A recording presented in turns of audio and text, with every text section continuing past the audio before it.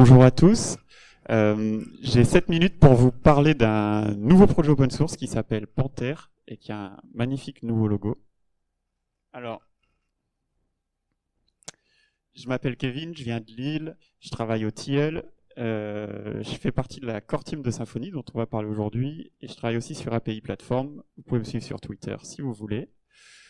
Alors, aujourd'hui, on va parler de tests et de web crawling en PHP et accessoirement avec Symfony. Alors dans Symfony, il y a 3 composants qui permettent de simuler un navigateur web. Et ça va nous servir à faire des tests et à faire du scrapping, d'aller parser des sites web et puis en extraire des informations. Ça peut être pratique par exemple pour surveiller les prix de nos concurrents si on fait du e-commerce. Alors ces 3 composants, le principal s'appelle BrowserKit. Et BrowserKit c'est quoi? C'est un émulateur de navigateur, donc qui simule un Chrome, un Firefox, quelque chose comme ça, mais qui est entièrement écrit en PHP. Et ce composant principal, donc qui va être utilisé par le système de test fonctionnel de Symfony, qui va pouvoir aussi être utilisé pour faire du web crawling, il lui-même dépend de 2 autres composants qu'il utilise. Le premier qui s'appelle DOM Crawler, qui va permettre de naviguer dans des documents XML ou HTML à balise. Donc ça remplace le parseur DOM d'un navigateur web. Et le second s'appelle CSS Selector. Et là, ça permet d'accéder à des éléments de cet arbre DOM, généralement, via la syntaxe de sélection CSS, qui est la même que jQuery, pour ceux qui ont l'habitude de l'utiliser. Donc à partir de ces 2 composants-là, plus d'une manière de réaliser ou d'émuler des requêtes HTTP, on peut faire un navigateur web minimaliste en PHP.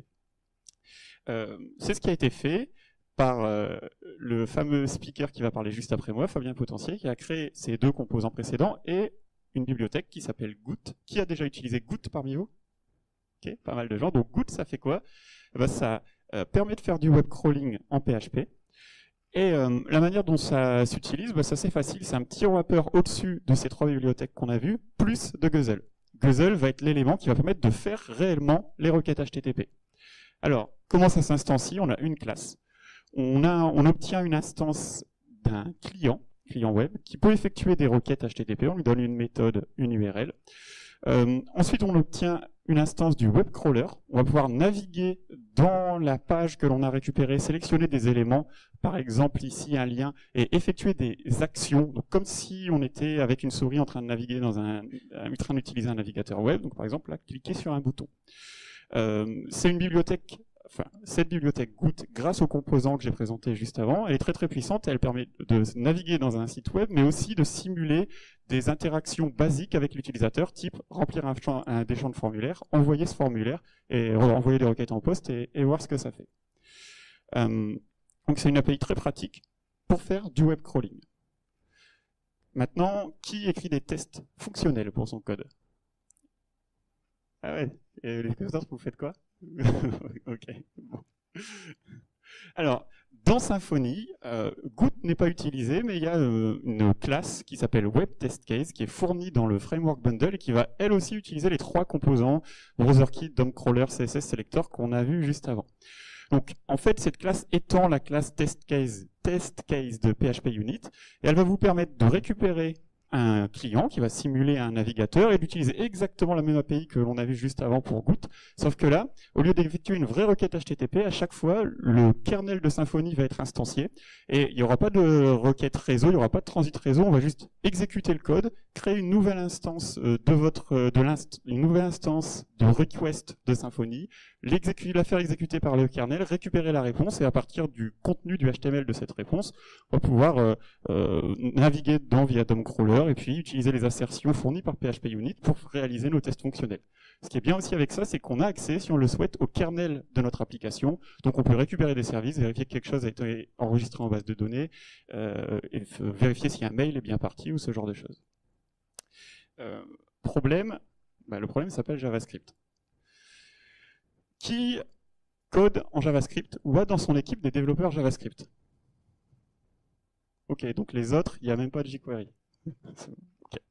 Alors, dans l'écosystème Symfony, on est obligé, sur les applications modernes, d'avoir au minimum un tout petit peu de JavaScript. Et il y a des solutions où on a beaucoup de JavaScript, c'est le cas d'API Platform dont je ne vais pas parler aujourd'hui et pour lequel l'outil que j'ai présenté n'est pas adapté, mais c'est aussi le cas de vos applications traditionnelles faites avec Symfony, Twig, etc. Parce que généralement, même pour vos formulaires, pour les enrichir un petit peu, vous allez avoir besoin d'avoir quelques composants faits avec React, faits avec Vue, faits avec Angular, avec ce genre de framework moderne.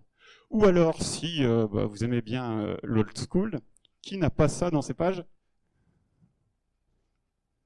Ouais, j'aimerais bien voir ça.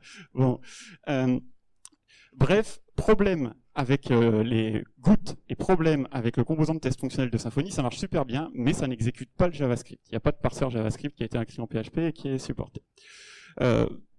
Mais comme le support de JavaScript évolue et de plus en plus nécessaire pour faire des applications web modernes, des SPA, des progressives web apps, etc., Symfony a pris les devants et fait en sorte que l'expérience soit la meilleure possible pour les développeurs. Il y a quelques composants qui ont été rajoutés, dont celui-ci qui est excellent, qui s'appelle Webpack Encore, qui a été fait par Ryan Weaver et qui vous permet très très facilement de gérer vos bibliothèques JavaScript, CSS dont vous aurez besoin sur votre front-end, de les compiler, de les minifier, de transformer le S6 en JavaScript qui sera compris par un navigateur plus ancien, etc. etc.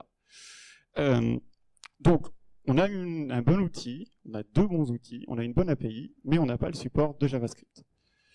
Et du coup, pour tester en test fonctionnel nos applications modernes, c'est embêtant parce que ça veut dire si on a une validation côté client, où ce bouton est grisé, ou ce bouton n'est pas accessible pour X raisons, ou alors on a une requête Ajax, et bien ça, on ne peut pas le tester avec les outils de test fonctionnel actuels de Symfony. Et c'est là que vient Panther. Qu'est-ce que ça fait Panther? Ça implémente exactement la même API que Git et que l'outil de test fonctionnel de Symfony qu'on a vu juste avant, sauf que lui, il va exécuter JavaScript. Comment il va faire? En fait, il va lancer un vrai navigateur. Il va lancer soit Chrome, soit Firefox, soit n'importe quel navigateur qui supporte une spécification qui s'appelle WebDriver et qui permet de piloter à distance des navigateurs web. C'est implémenté par tous les gros navigateurs du marché.